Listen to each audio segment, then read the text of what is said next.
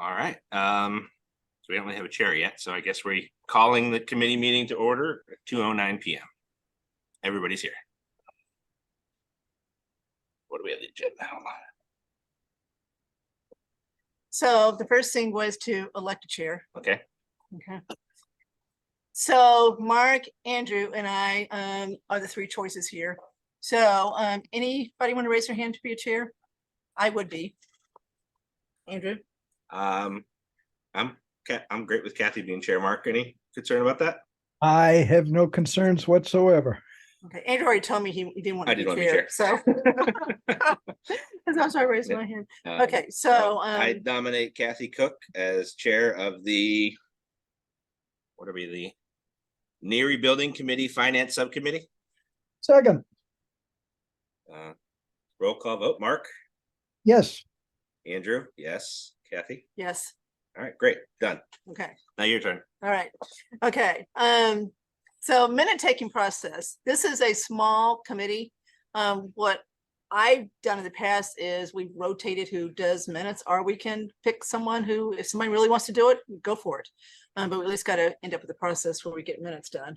So what would you two like to do? I think rotate's fine, unless, I don't know, Keith or Jim, is there something set up where this needs to go through one of your offices for some kind of state thing? I don't know.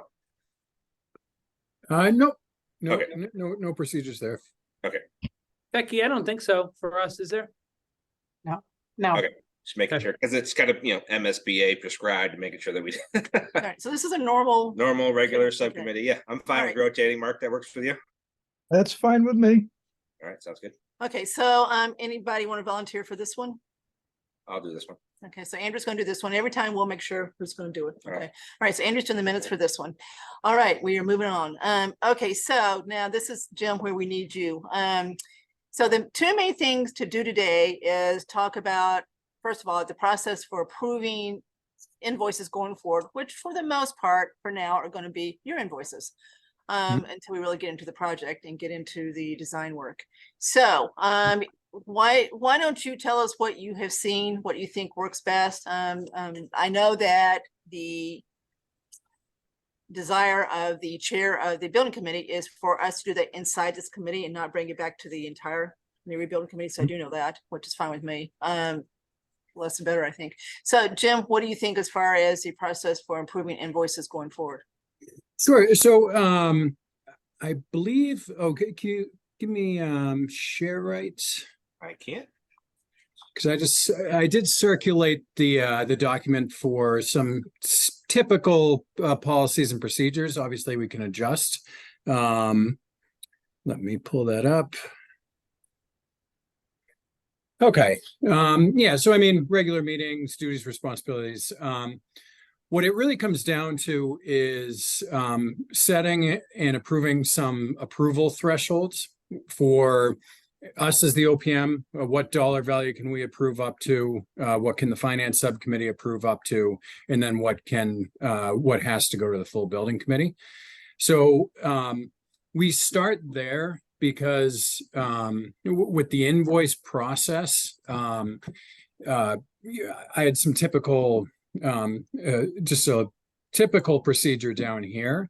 So I guess if it makes sense to you guys to start to talk about the approval threshold, we've seen all of these on different projects. In Arlington, this is the sample. The OPM can approve up to 10,000, finance subcommittee 10,001 up to 100,000. Anything over 100,000 has to be approved by the full building committee. On another project, we could approve up to 1,000. Finance subcommittee was 1,001 up to 50,000. Anything over 50,000, full building committee had to approve. I would steer clear, as you had mentioned with the chair, that all expenditures have to go to the full building committee. With how these projects are fast tracked and, just getting those meetings on the books, we would definitely not suggest having, everything have to go to the full building committee. So I guess we can just leave it there and see what folks' thoughts are as far as what those approval thresholds should be. before we get too far, Brian and or Becky, is there an existing threshold we have for, employees that can approve, or managers that can approve, or department heads? Like, is there a dollar threshold that really? No, we don't have anything. I mean, everything is put on POs and goes for approval through us, so no. Okay. So I was on the Public Safety Building Committee, and I'm trying to refresh my memory as to exactly what we did. Do you remember, Brian? I don't. So given that, I think sample 2 is probably unrealistic. I don't know how many invoices we're going to get for under $1,000. I would think that probably few and far between. So to me, sample 1 is probably more realistic as far as things that would apply to us or would apply to us. And of course, we're talking about invoices all the way through, not just OPM. Now, the exception on the OPM is OPM should be approving its invoices to itself, right? So we should approve all the OPM invoices for Skanska. So that'd be one exception. But sample 1 looks palatable to me. Yeah. Okay. I would say, I think the OPM should be OPM and chair of finance subcommittee. I think that's an easy enough just to get an email. Yeah, so I was gonna say, anything that we can approve, we would still send an update and say, FYI, we're approving this expenditure. It's within our approval threshold. That way, anybody, so that everybody's aware. So that we're not operating in a vacuum, obviously. So yeah, anything that's just if, there's some expenditure that comes up that's $2,000, we can direct them to proceed. But this subcommittee would always be updated. So just a clarification, because I guess we can jump into the invoice process and because it's all kind of intertwined. So the approval threshold is for any expenditure that comes forward, be it a contract, a change order, anything that comes forward. So that that's where the approval thresholds are. For the invoicing process, what we've had, and obviously the monthly meetings, we would give an update on the invoices. What we've had in the past is say we get a contract, that contract is, within the finance subcommittee's approval threshold. Once that contract is approved, as long as the invoices are within that contract value, we don't need to get formal approval for the invoices. They are processed through the town. We found that's, and again, in our monthly meetings, we'll show the full invoice package, but that makes it so that this subcommittee approves the contract value. Anything that's billed to that, as long as it's within that contract value, we don't need a formal vote and approval. It'll just go through the district and the town, the invoices that is, for processing. And does that make sense? It does, and you're right. I shouldn't have focused on the fact that, okay, so you're right. So we're with you. Okay. When you say district and town, which one is it going to go? It's going to go through the town, right, Brian? Yeah, so I guess that would be my question. Becky, I'm not sure, who issues the POs and how those are billed, and I assume you guys use Munis. What's that process for paying invoices? So Brian and I had some very preliminary conversations last week about it. We did set up an account on the school side, so that the school could process invoices, utilizing the whatever MSBA money or funding that Brian does secure. But it is it's obviously the preference of the town and the school how we work this out. So okay. So Brian would transfer the money over to a separate bank account controlled by the school? No, we would process it through the warrant process just as we do any other bill or payable. It would just come from an account, an internal account that would be routed to this project. So it would still come through us. It would still come through the town.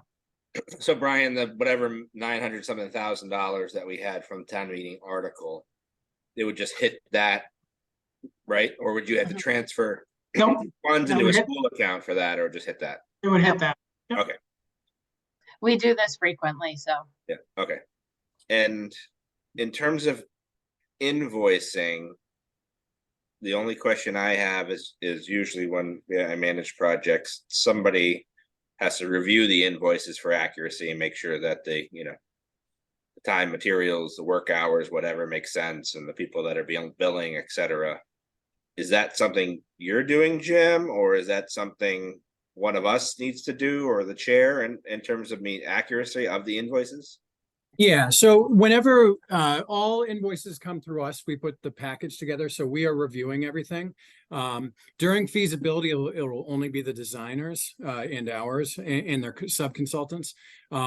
So because we're working with them on a daily basis, we're reviewing that package before it gets issued. When it comes time, so this is a wrinkle, but it's further down the line, is when we get to ultimately construction, those monthly requisitions that the contractor will submit are reviewed and approved by the architect and us as OPM. However, those we would review on a monthly basis with the full group, because those get to be large expenditures, and we want to make sure everybody's comfortable with what's being billed. So kind of put that to the side. That's a little bit further down the line. But yeah, all invoices, if we're presenting them, they've been reviewed and approved, and we're comfortable recommending approval. And it sounds like that package is just going to go straight to Becky and her team, Brian? Well, I think it would go to Right? the big ones, would go to the committee first. Not the, The small so ones. can you scroll back up to your table? Yeah, so what I would say is that those packages exclusive of Skanska, right? Because Jim is acting on our behalf, reviewing the other designers' information, right? That's fine, right? We're hiring him to do that. But if we need to review Skanska's invoices, right, we should do that. Yeah. So I would suggest on the approval threshold, I'm fine with sample one. Mark, let's see what you've got to say, except I just think that we should say the finance committee does everything up to 100,000, not have OPM do anything as far as have approval, unless Jim is vehemently opposed to that. And then the 100 above is a full committee. So that part's set. And then, so the invoice comes in, it's within these contracts, right? They've been approved. Then Skanska puts together that invoice to be paid. And that's what I'm saying. Does that then go straight to Becky, or you're saying that's coming back to? I'm saying if it's within we've already approved the PO, if it's just the invoices hitting the PO, if it's under that, like, we need the full committee threshold, right? Because it's not a construction one. So say it's under $100,000 for the invoice, or even a lower threshold, then Jim's review should be enough as our project manager. Right, straight to Becky. Right, straight to Becky. Okay. And then, we can review it on a monthly basis or whatever, or every finance committee meeting. Yeah. Except for the Skanska specific invoices. And then, we can decide if we need the full finance subcommittee or just the chair to review that invoice and let Becky know. So Mark, what do you think about sample one, either as you see here with Skanska having the $10,000 approval with a copy to the chair of what they've approved, or having the finance subcommittee do it all up to 100,000, and then having the full committee do the approvals 100,000 and above? Well, let me jump down and I just want something defined. If you go down the bottom of your form, change orders and additional services. And correct me if I'm going the wrong direction. We have a subcontract for wetlands delineation. Let's say it's $50,000. I don't know what the amount is. I'm just using that as an example. He goes ahead and does his delineations. In there, he's got 4 meetings with conservation. And he's got it all detailed out. We're approving stuff as it goes along, but suddenly he gets into an argument with conservation. and he goes on to the 5th meeting. Is that additional services? Is that a change order? So that would require proper notice to us if he's going to exceed no one should be proceeding with any work that goes over their contract value without prior approval. All right, but that wasn't that's my question, but I want to make sure additional services triggers just a review of that bill, because you could have a lot of $5,000 bills that fit his services, and suddenly we're up against the end of his budget, and that alone would trigger some sort of a change order to adjust his budget, or he's going to trigger it by some additional service, which would be that 5th Concom meeting. I just want to make sure we're not routinely approving bills without recognizing that the additive value of all of those bills suddenly overcome our little budget. I think that would hit up against the PO limit, right? Yep. Yeah. So your purchase order would be for a certain amount, and the change order would be, hey, your contract only allowed for 4 meetings. You burned through that money. We need a 5th. We're going to need to increase the PO or create a new one. I think that's where that kind of control exists. Yeah, and so I was going to jump into this in a little bit, but I want to make sure that type of issue comes back to our review. That's all. Yeah, 100%. If it's not within, if it's exceeding an approved contract value. So once we get the design team on board and we have the wetlands sub-consultant on, all those numbers will come in front of this group to be approved or recommend approval to the full committee, depending on their dollar value. And just this is our dashboard, which I can run through all the other sections, but that is why, we have this section for key contracts. So this is our initial contract, and it shows all the percentage of build. So if we see, the wetland sub-consultant, we're making a call when they're at 75%, when they build 75% of their contract and we still have a year left. We're monitoring that and making sure that, we're well ahead of that before he's all the way to the finish line. And this is just one tracking mechanism that we use. Yeah, I just wanted to make sure that we see this on a regular basis, because I've been involved in enough projects that suddenly you see the bigger picture, but geez, all of this was just routine stuff we approved, and suddenly we're close or over the budget. And we might not be aware of it. Yeah. What I can say is, with working with me, every month you will get a full update. And I always err on the side of, even if it seems to be, if it's a $2,000, change, or all the information goes out to this group, so that every single step, and we are well ahead of issues too, when financial issues do come up, that we're already looking at it before we're already, have invoices in front of us. So yep, I'm with you there. So to be clear, can you go back to the table again? Mhm. I know that on the public safety building, The threshold one. yeah. Sorry. Yep. The sample 1 and sample 2. I know that on the public safety building, we did give authority to the town administrator to make change orders up to a number is 5,000 or something.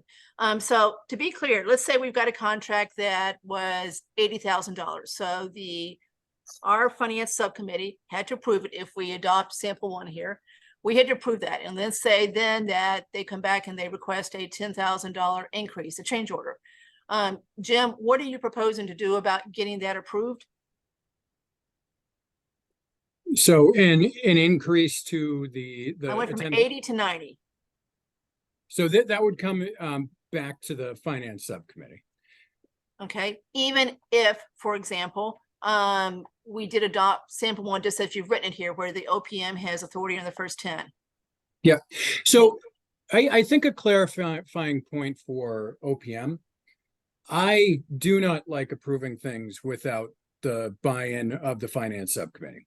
Okay. So something like that, if we do have time, it's coming back in front of this subcommittee.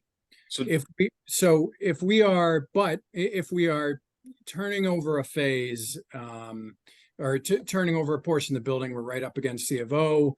There's a $2,000 change order that comes up that we need in order to get C of O. Just using that as an example, we would have the ability to be able to say yes, proceed, and again, we would update this group.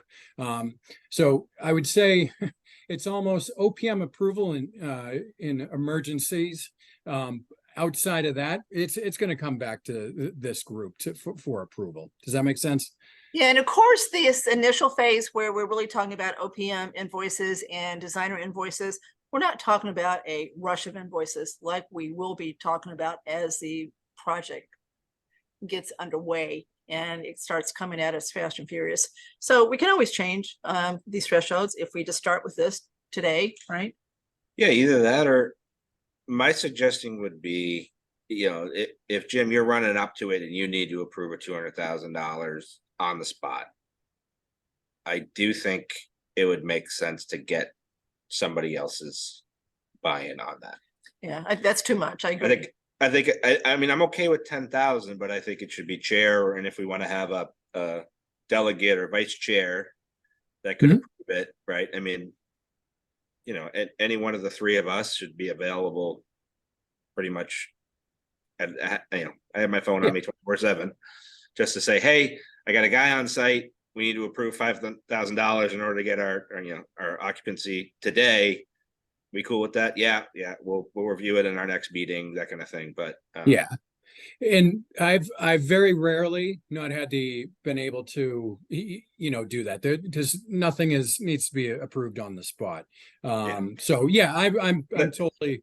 But I think having that mechanism that if we need it, we don't have to convene the whole committee, I think makes sense. And if we never use it, great. But I think having a, emergency, approval process for up to 10,000 with, a member of this committee, the chair of this committee, something like that. Yeah.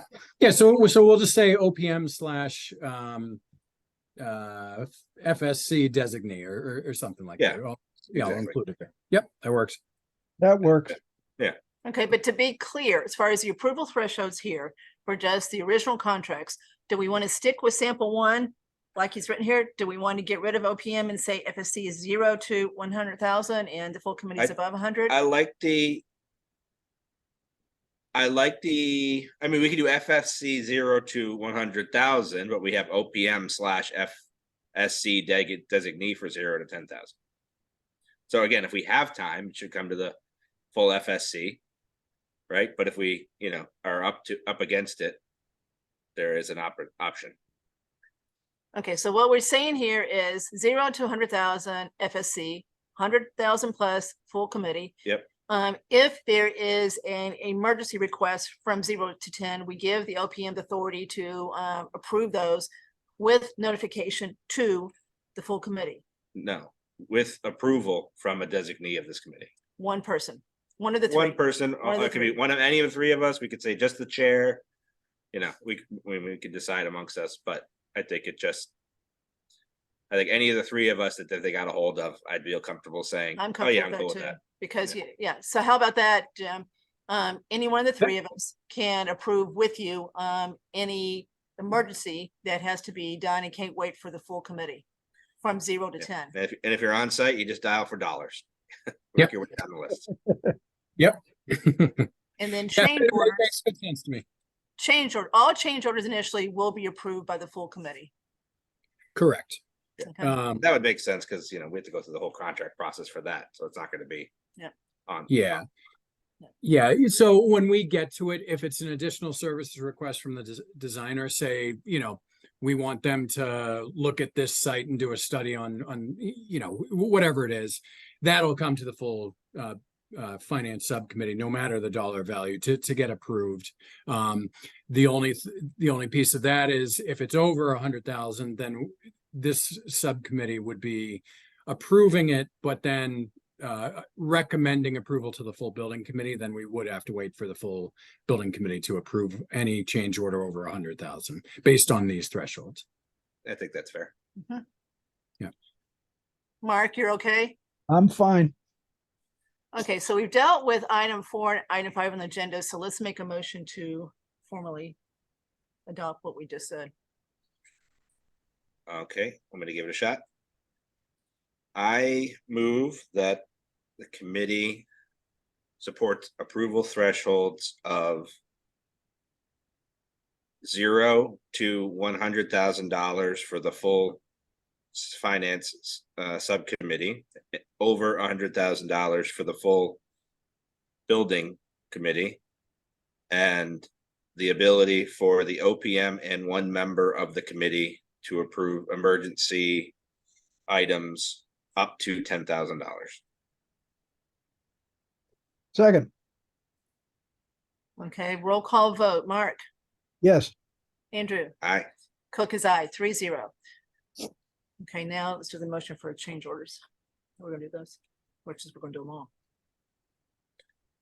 I mean, change orders are, I guess, change orders the same. Are you looking for approval thresholds for the We change said orders? we're just gonna do all change orders. So any Yeah. change order, we're gonna approve. Yeah, I mean, they would still fall into that threshold of, and I think they still would fit, that it's just, it's more any change order that comes from a subcontractor. We're still doing the 0 to 100,000 for this committee.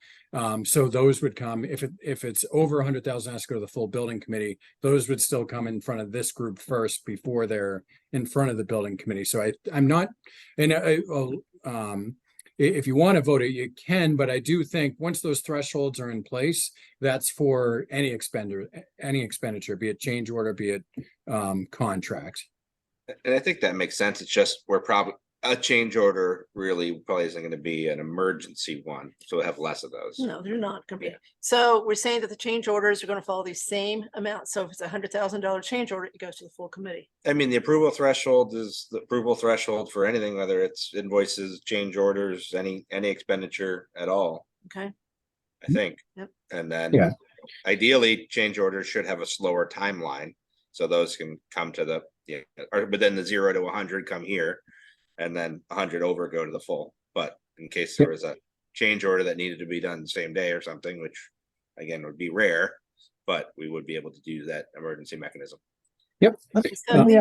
so I'll make this motion. So this motion is for change orders to follow the same approval thresholds for the original contracts as far as the 3 different levels here. So same approval process. Second, Roll call vote. Andrew, aye.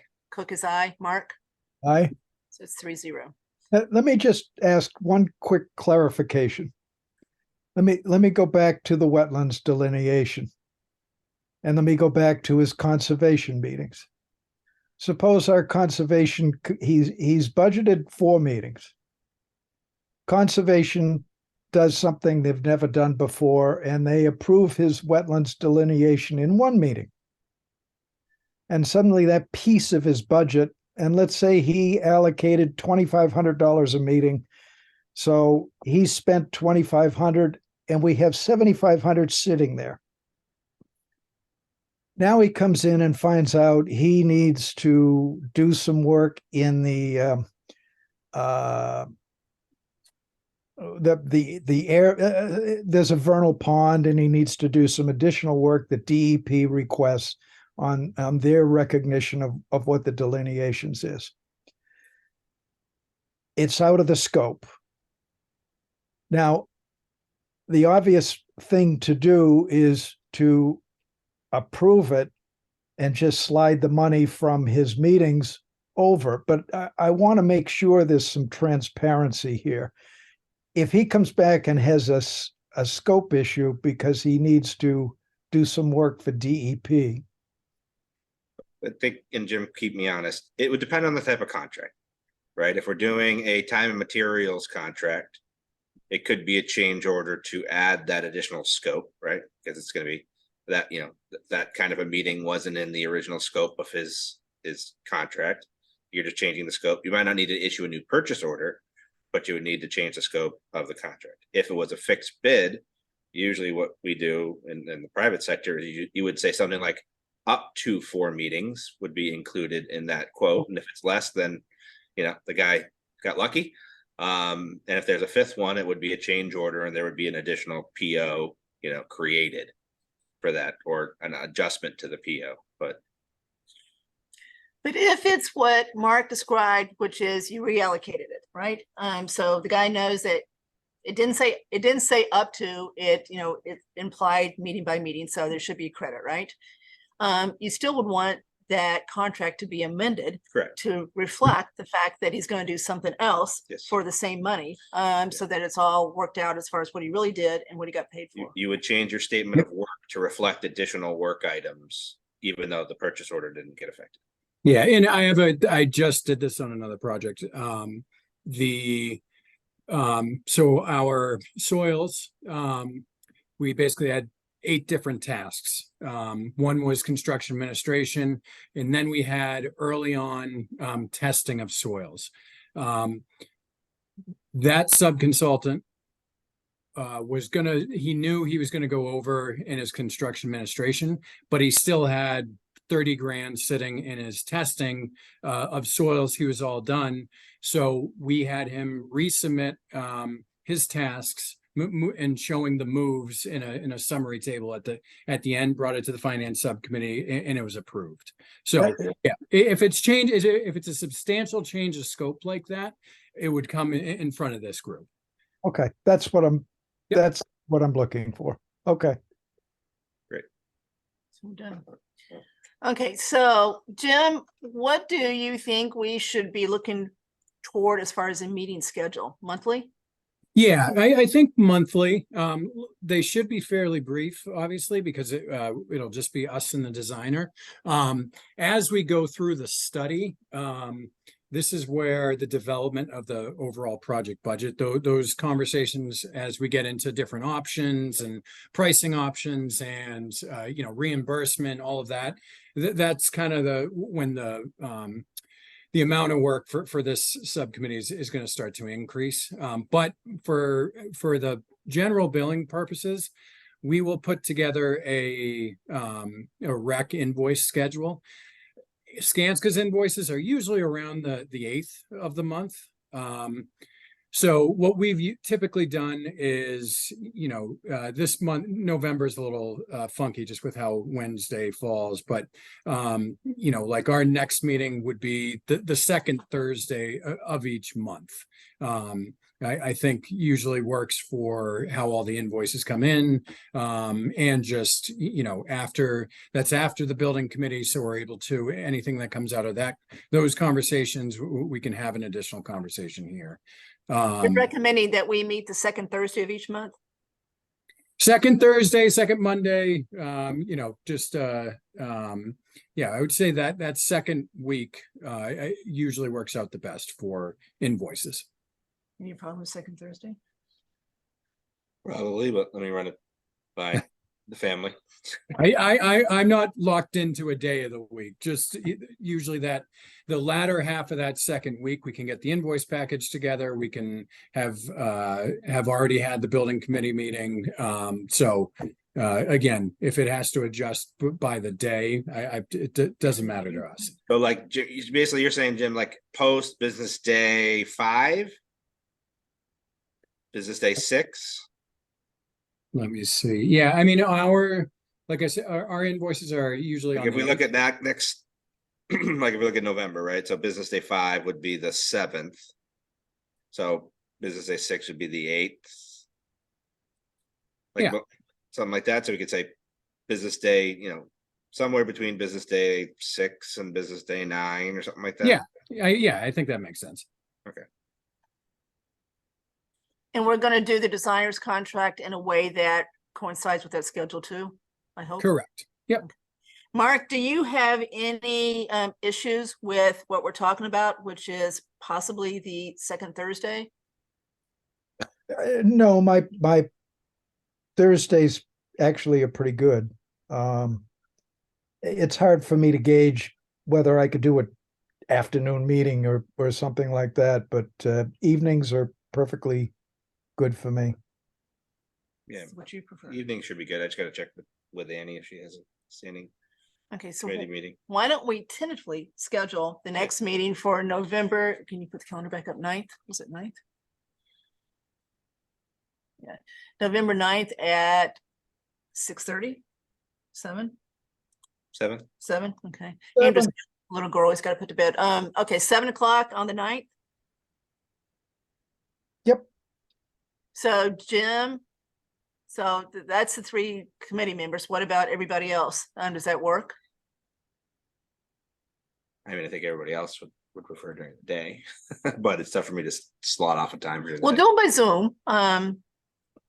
Yeah, no, Kathy, Becky, I think that would avoid many of our other conflicts for the evening, correct? Yeah, Wednesday's really the night that we have to avoid, so Thursday Right. night would be okay. And we'll Yeah. do them all by Zoom, Becky and Keith, so you'll be able to be where you want to be. And these meetings are not going to take that long, I don't think. I think we'll whip through it pretty quick each time until we Right. really get into the project. And I think, let's be honest, if we don't have a full agenda and it can wait to the next meeting, let's not hold a meeting for the sake of holding a meeting. Except that they'll have an invoice every month that's got to be approved. That's true. So, but it's quick, Yeah. right? Okay, so right now we've got tentatively scheduled November 9th at 7 o'clock. Okay. Via Zoom. Hmm. Okay, all right. Any other business anyone want to bring forth? Can I ask a quick question? Jim, I know that you had forwarded an invoice. Should that come to the committee then? Yeah, so that's a good point. Yeah, we had our first invoice that we initially just sent over to Becky before we had any of this protocol. So So can you wait for November 9th to have that one approved? yeah, that's not a problem.